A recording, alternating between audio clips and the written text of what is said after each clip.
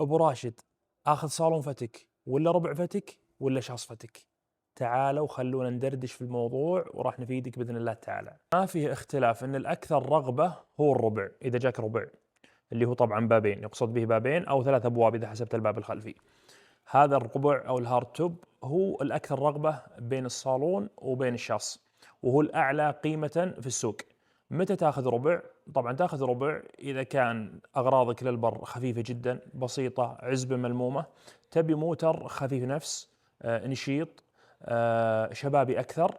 فالربع انا اشوفه خيار جدا مناسب، سواء اخذت جير عادي ولا جير اوتوماتيك، كل الموترين كفو وكلها ممتازه.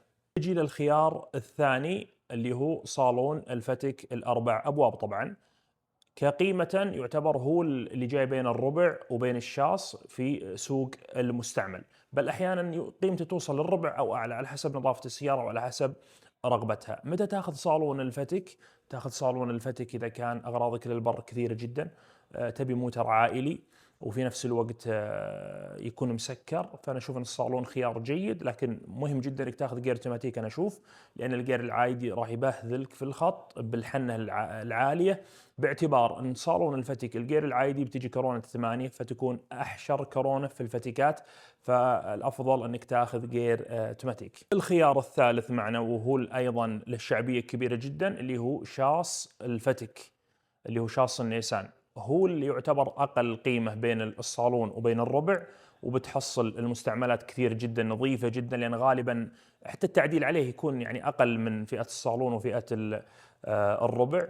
هذا ياخذه اللي يحتاج للصندوق، رجال راعي تحميل مثلا، يتوفر من خيار سست ويتوفر خيار ياي، مع ان السست شوي نادر لكن موجود. وايضا حتى خيار الياي ممتاز جدا للتحميل، لو ركبت عليه يايات تعديل بيكون الموتر ما شاء الله تبارك الله جبار. موتر ما شاء الله تبارك الله. ديكور الداخلي طبعا ما هو بديكور الفتك، هو ديكور الموديلات القديمه جدا، فيكون التماسك فيه جدا اعلى واقوى.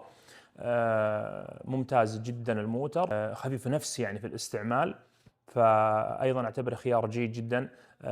اذا كنت تبي مثلا ايضا للعزاب، مثلا تبي تطربل الصندوق، يعني باختصار انت رجال تبي موتر بصندوق، تاخذ هذا كخيار جدا ممتاز.